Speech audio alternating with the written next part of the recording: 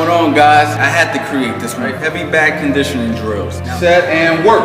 We're actually giving you different exercises that you can do on different days.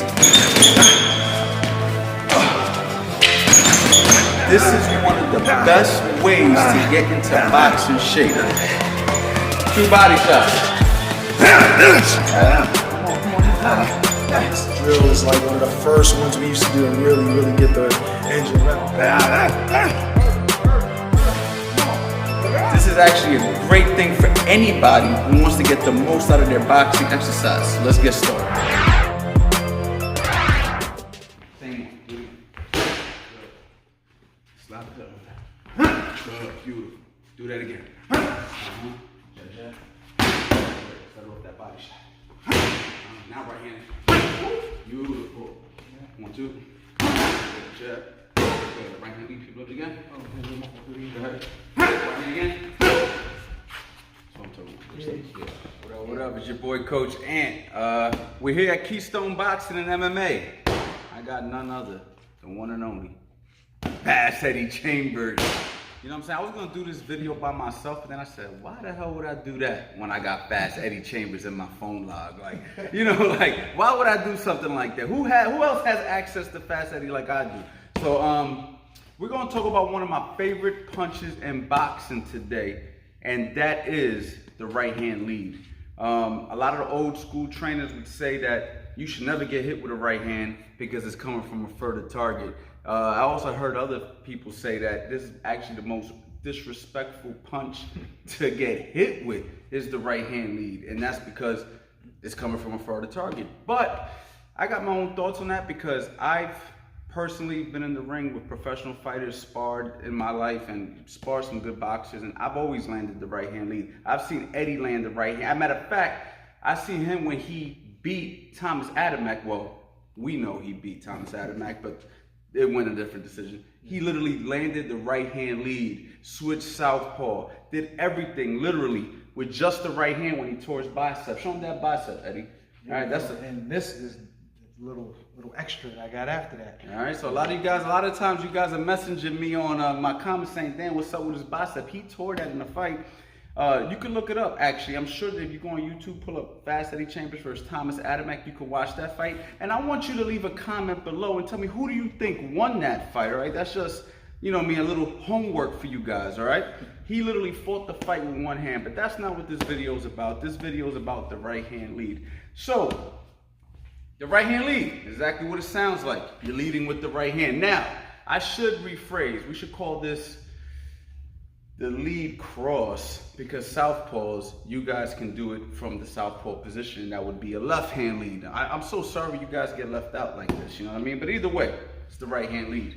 So the way I like to set it up, now this is my personal preference, is I kind of like to do exactly, Eddie kind of just did it without even noticing, right? He put all that weight on his lead leg. Now the reason why I like that is because when you put the weight on the lead leg, people have a tendency of following your head. Pause. All right? When pause. But people have a tendency of following your head. You know what I'm saying? We're not going to edit that out. Right, no, we're going to keep that. That's why you guys call it Coach Anthony Boxing now. But and by the way, we don't rehearse this. This is off the top of the head. I was talking to Eddie about this, and I said, we ain't going to rehearse because we don't got to. That's how authentic and real this channel is. We don't rehearse our videos. We just do them. All right, I'm doing a lot of talking. Let's get to the point here. All right, so yo, he puts his weight over his lead leg. Now look, I'm boxing him. As he's doing that, I'm thinking this hand is coming. You see what I'm saying? And as I'm looking for that, bang, catches me with the right hand lead. Okay, let's come over here, a little bit over here. So, when you're setting it up, maybe you throw a left hook to the body one time, right? Bang, right? So you throw it again. Bang. So now he's throwing that hook to the body, right? So you throw a hook to the body. Bang, right? So you see what I gotta do, right? I gotta respect that shot. Just get the right hand lead off that same movement. Boom! Catches me with the right hand lead, right? Do it again. I go ahead to block that hook to the body. Bang! I walk right into the right hand lead. So basically what he's doing is he's kind of drifting that weight over that lead leg. Another thing that does is when he does that, look at his body, right? When he leans over that lead leg, look at this shoulder. It is now closer to the target. And that's what people fail to realize about the right hand lead, or the lead cross, however you want to call it, right? When he goes ahead, see right now, it would be disrespectful if he throws the right hand lead from back there. You see what I'm saying? Because if he throws it from back there, I can see it. But when he disguises it with his upper body, I don't know. When he's in this position, he can throw anything. Because if he threw a left hook to the head from this position, there's some power on that. Put it on. Do it again. Do it again. He could put power on that hook from that position. So when he shifts over this way, I gotta respect the fact that all the weight's on his front leg. But also, he's disguising that shoulder where he could go ahead, throw the right hand lead, and roll out. Now, when you land the right hand lead, there's 2 escape routes. Now, I think it does depend on what the situation is. I think if you do like a little hop step into the right hand lead, then I typically like to step and pivot left off that shot naturally for me. So if we're here, let's say you're setting it up, right? Go ahead, keep moving. Right hand lead, bang, right? Go ahead, let's do it again. Right hand lead, bang. See where he goes? He goes to his left. You can put some on the catch. All right, ready? And go. Bah. Okay? Another time you would use that same right hand lead is against a southpaw, right? If I'm here and I'm pop my jab, boom. Now look, he goes left. Pivot left. He could walk off from the cross, okay? Come over here. Show him this over here. I was going this side. If I throw that straight, I'm gonna do it one more time. If I throw the jab and he slips left, bang, he catches me here, he pivots out that way. Now, he can also throw that right hand lead from right there and shoot and go this way. So it really just depends on the situation, right? If he's boxing a righty, like I said, if he's a boxer, another key to landing that right hand lead also.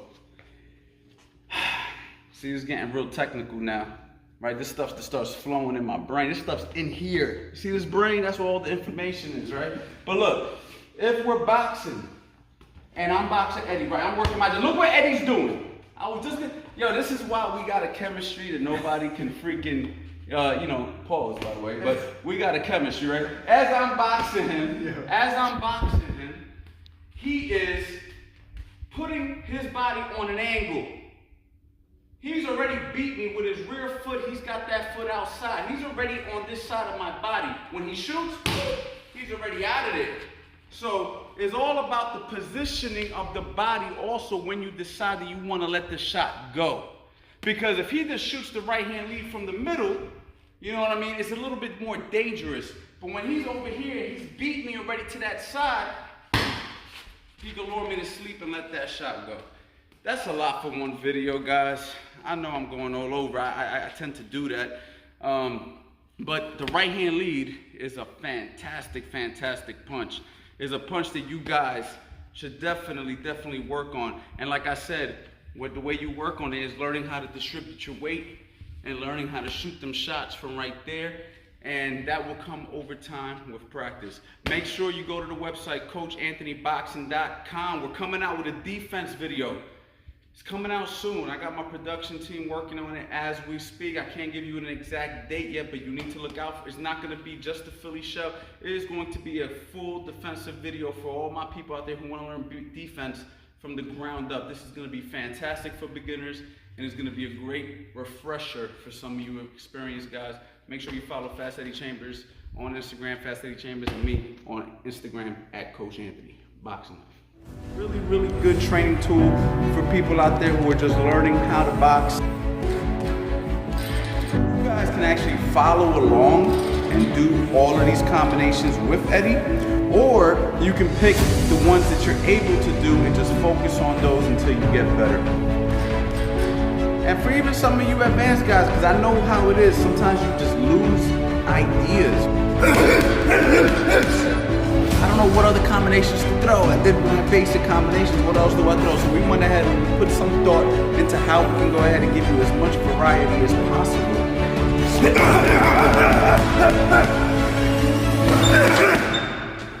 And now we're going to finish with the hook upstairs. These body head combinations are crucial because if you want to land your body shots, you have to get your opponent distracted by throwing a headshot.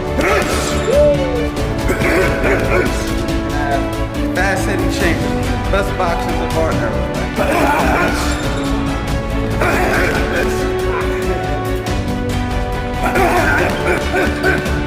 And that's it, guys. So this is gonna be really, really good, really informative. Just get ready. Let's go.